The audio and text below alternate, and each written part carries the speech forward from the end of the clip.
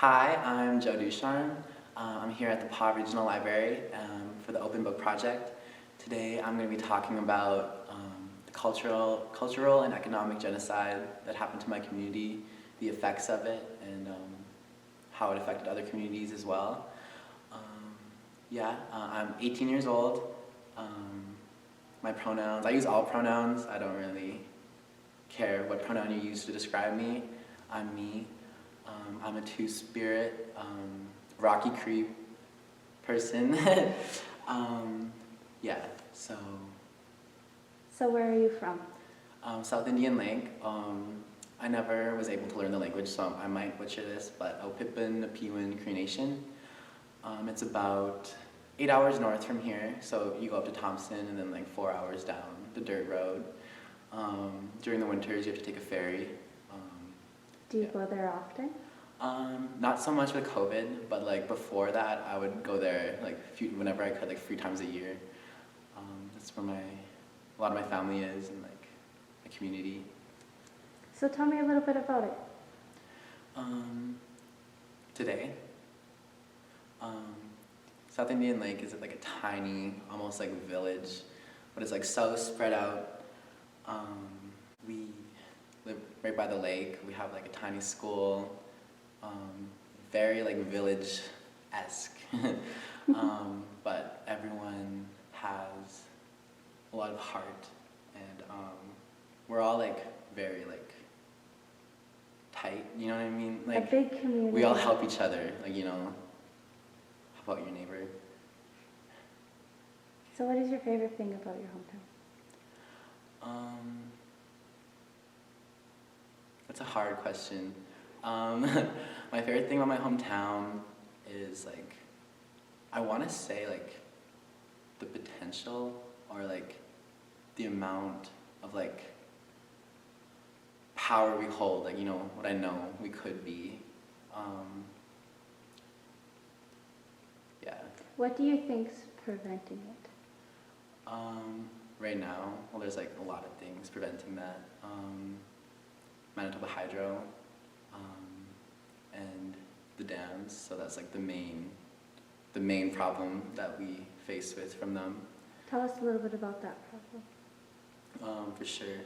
So, especially if you live in the PA, I know you'll appreciate like beautiful, clear water and like lakes. Like, we're all really grateful to be living here because we're one of the only places in the whole world that have like access to fresh water and like lakes like this.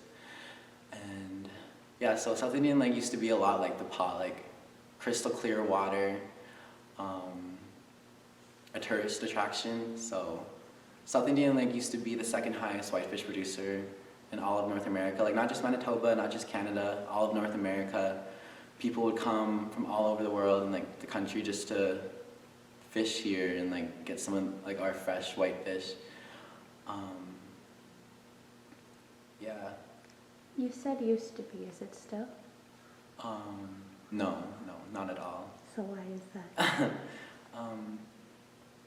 Well, sorry, I get like a little emotional thinking about it. That's okay. But so before the flood, our community was thriving.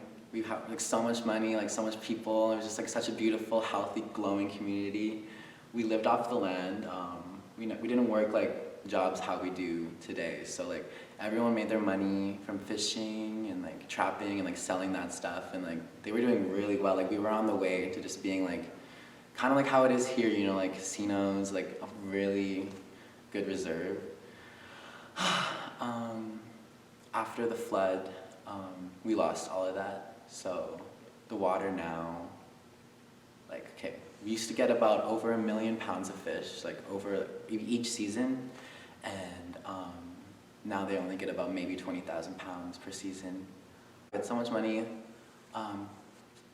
economically thriving, I would say, at our peak. Like that's when my grandmother was a little girl. She used to tell me stories about her dad and how proud he was from bringing in those buckets and buckets of fish every day. Before the flood, there was only about 2 people on welfare. So my grandfather told me, like a widow and a war veteran, people who like, it would make sense for them to be on welfare. What about now? Do you know how many people are on welfare?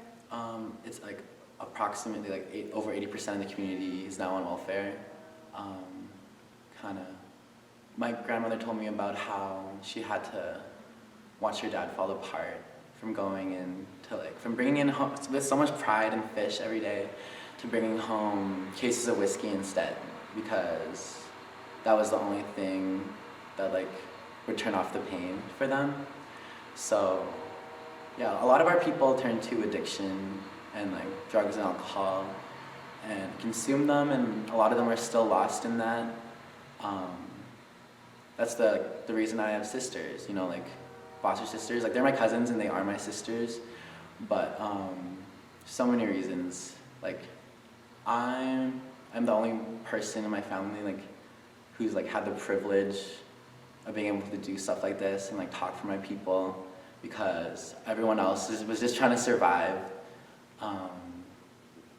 And I don't know, I'm so honored to be able to be here to talk about it, because my grandmother, well, she's the chief, she's an old woman, and she's running around more active than most of the people my age, and she's a fighter, and she passed it on to me as well.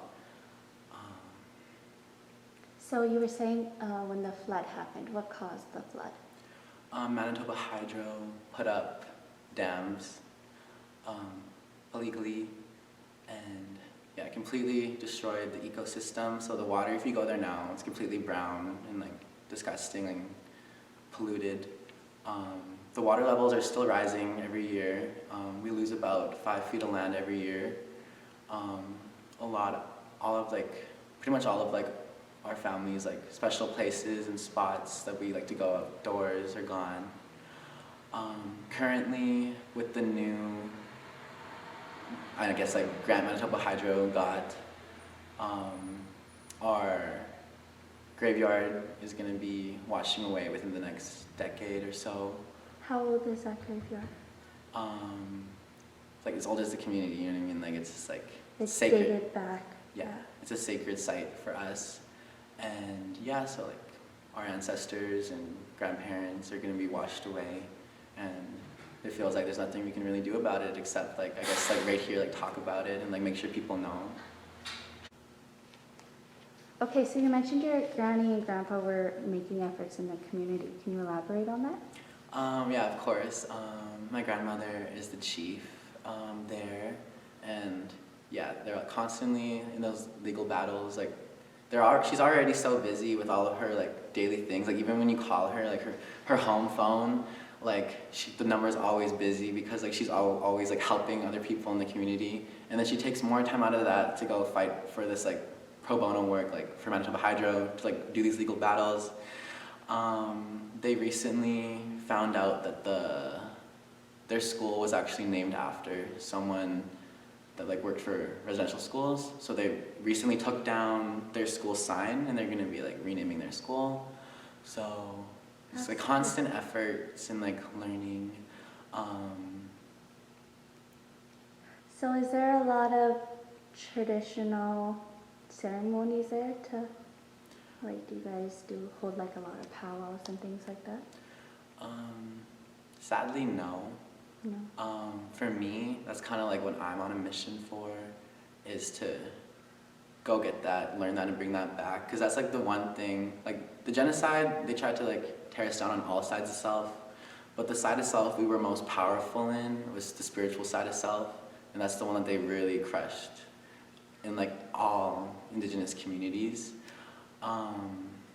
Whenever I powwow, oh sorry. No, carry on. Whenever I powwow, I feel so ecstatic, or it feels right, you know what I mean? It feels like you're doing something right, just in your soul. Yeah, and I'll just be dancing, and I'll powwow to the beat, and it just comes so naturally. But my cousin, she lives down south, and she has access to a lot of those traditions and stuff. And she told me about how her first time in a sweat lodge, she saw her her father that passed away. So I just think that there's so much power in the traditions. that's kind of like what my goal is right now, is to become like a completely like sober person and just go back to the traditions, because that's like when it all like falls into place. That's when like everything feels the most right. Like for my grandfather on my other side of the family, when he passed away, we had a sacred fire going for him the entire time, and my other cousin saw like him like around the sacred, like his grandfather, his dead grandfather, around the sacred fire. And the thing that all those things have in common is that like they were all like during traditional ceremonies, and we weren't even like fully doing it like properly, you know what I mean? Like it's just like so much power in the traditions and the ceremonies, that we need to bring it back. And that's your goal. Your goal is to be able to bring all that back to your hometown. Mm-hmm. That's beautiful. So you mentioned your spiritual self. Do you want to talk a little bit about that? Yeah. All spirituality is healing, and to me, that's like all it really is. It's like this, even this whole experience, like life is healing, and doing that within yourself so you can do it with other people, and like that's like the best feeling in the world, right? It's like healing and like truly feeling unconditional love. Like all religion and spirituality, like they're all like kind of like the same thing, you know, if you really think about it. Amongst like even like our culture, I take like bits and pieces from everything, you know, like my culture, like my own experience, like even like a little bit of like Buddhism, Hinduism, like stuff like just like little bits and pieces from everywhere, because I don't think that no one that's like alive here truly knows exactly like what this is or like the whole point of it, or if there even is a point. But one thing that is true, like amongst all people, is that like real unconditional love is the best feeling in the whole world, and just being able to like make people feel that, to me, is like spirituality, by just like being me, like talking to people, like trying to get them to understand themselves, and like, you know, right now, like talking about the things I'm passionate about, and like talking about love, that's spirituality too, you know what I mean? Like just like anything, or like a lot of people think like you need to like meditate and be like home and like do all this. Like meditation is anything that makes you feel in this moment, like anything that puts you in like that like relaxed state, you know, when you're like genuinely here, like not afraid of like what's coming, or not like sad about the past, like you're just here in this moment. Out of all your traditions, what was your favorite, like that you've participated in?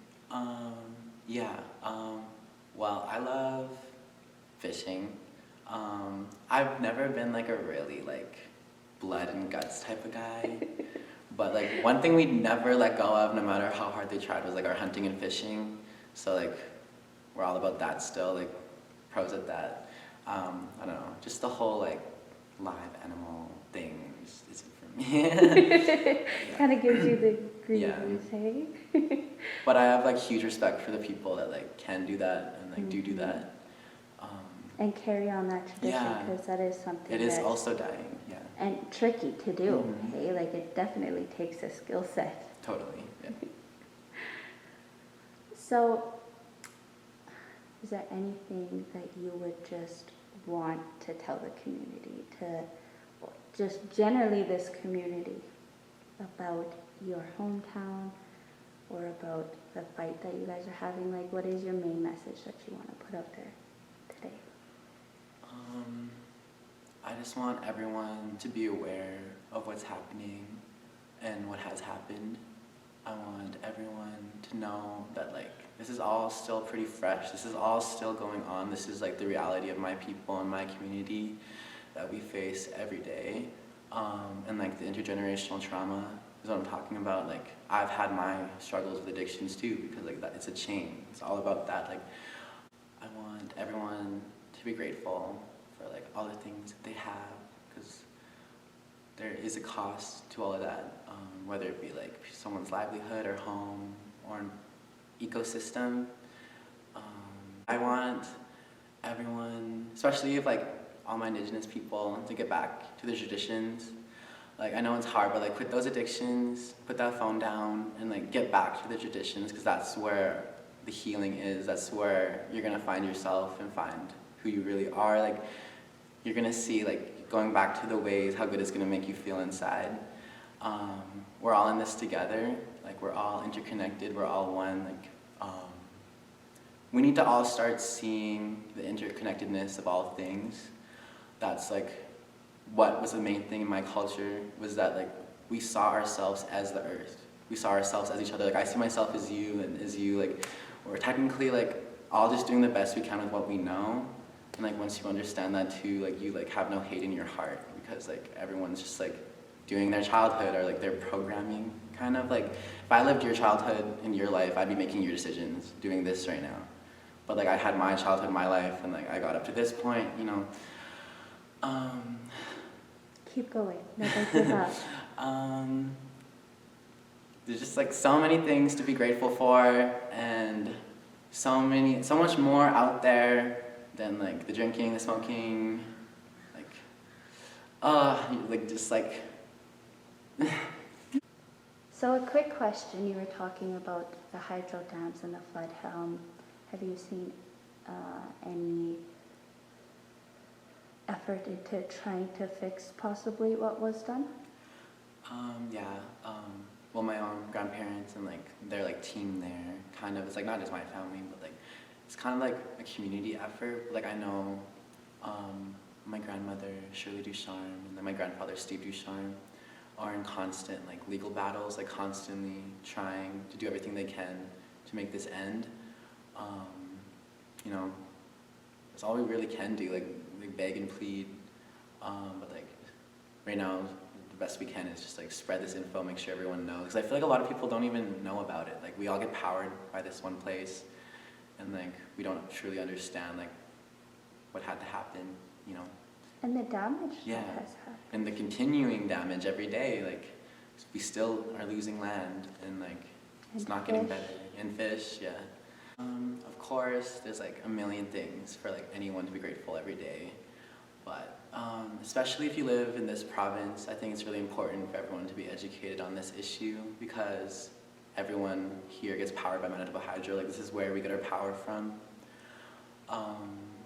If you're having trouble like finding things to be grateful for, like, please try to understand that like many communities and people and families had to break and suffer in order for you to have energy the way you do today. A lot of people, like, I'm lucky that my reserve is okay with drinking water, but like so many other reserves across the country, and like people don't even have that, like a basic human right. Well, it is a basic human right, but to like a lot of my people, it's a privilege to just drink water. So we talked a lot today about like intergenerational trauma and pain and addictions, and you know, just like the loss of culture. And I know like any Indigenous person in like alive today knows what it's like to feel like there's something missing. I'm really glad to talk about that. Like, the PA Regional Library is really helping, and like with like so much amazing books. Like, when I came here, I was kind of like amazed. I was like, oh my, I didn't even know this was here. Like, all this like wonderful stuff. Like, really just like on the right track for the community. Like, it's really nice to see like someone's actually doing something. You know, this is like what we really want to see. And then up here we have some oral language books. So if you want to like help like learn the basics, or like, you know, fill in the gaps. And then we have some more books about the 7 teachings.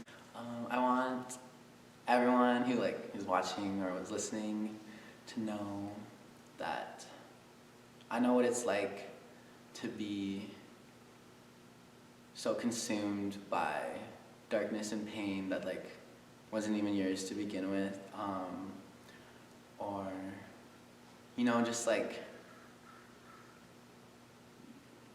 suffocating like from your brain, and like always like fighting your mind. Just know that there's like honestly like so much things to look forward to, and so much love out there. Like, even if you have like just one source of love, like one person that gives you love, you should be like so grateful for that, because there's people in this world that have no one. If you're ever feeling like alone, like the PA Regional Library has like a lot of like outreach and like, what is it, programs? Yeah, programs and like stuff, hotlines and- hotlines, like phone lines for you to get help. Like there is help here. Like I thought for the longest time that like we had no resources, but there's people that are trying to make a difference, and we're all in this together. We all have one mission, and yeah, it's like equality and love, and like I don't know. I love you. I appreciate you. I'm proud of how far you've come, for you being here. Yeah, if no one's told you that today. You have value. Like you deserve to be here. Like everything happens for a reason. Like I want you here. And thank you. Did you want to give anybody in your family a shout out who's been fighting this battle with you? My whole family's been fighting this battle. Like literally, but like really big shout out to like my grandparents for like being in their like 60s and still like just always active, like always doing something, like way more than like youth my age are doing. And like shout out to like all my Indigenous people who are still here trying. You are resilient. You can get through this.